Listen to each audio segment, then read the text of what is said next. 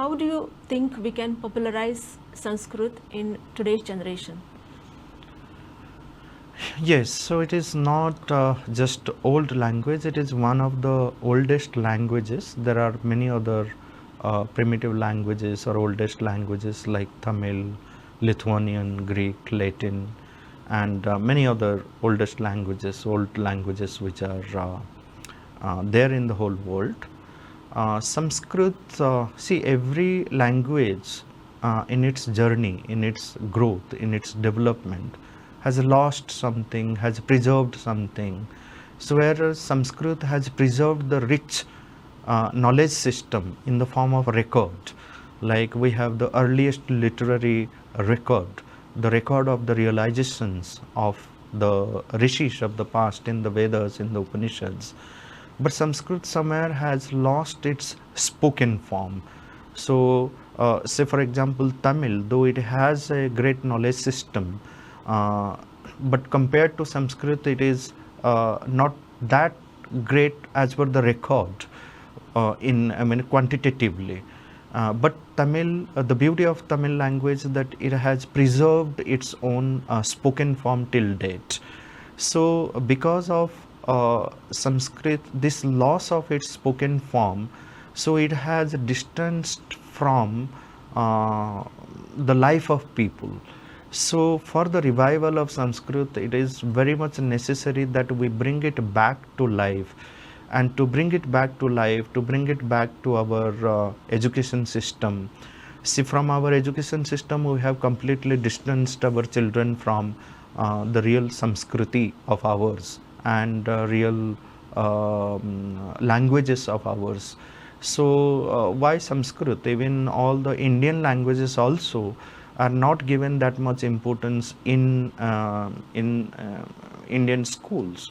So Sanskrit to a great extent lives through all the regional languages. We have 60 to 70% of Sanskrit words which are used in every regional language. So when we say the revival of Sanskrit, so it also means to me revival of all the regional languages of Bharat. So every school must give importance to, in our education system, I think the new education policy which is drafted has all these freedom. It provides this freedom and it provides us that strength to do also. That along with every regional language, because the primary education has to be through the regional languages, which is must for the Indian situation.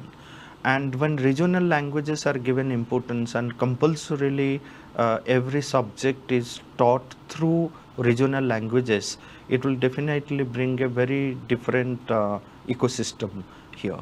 And along with that, if we can add little bit of Sanskrit to the regional languages, say for example, if we say 100 marks of regional language as a language subject, say Tamil as a language or Odia as a language or Bengali as a language.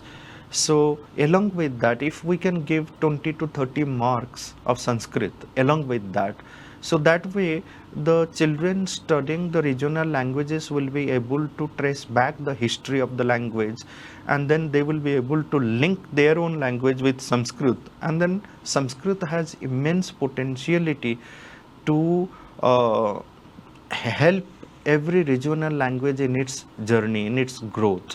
But it has a very transparent system of root sounds. It has a very transparent system of creating new words. It can create many new words and supply to other regional languages for day-to-day use. And there are various ways of bringing Sanskrit to our life back. But it has to be brought, and it's the need of the time that Sanskrit comes back to our life, to the life of every Indian, because that's the identity of every Indian, the true Indianness. In order to understand what Indianness is, so Sanskrit is must. That's very true, yeah.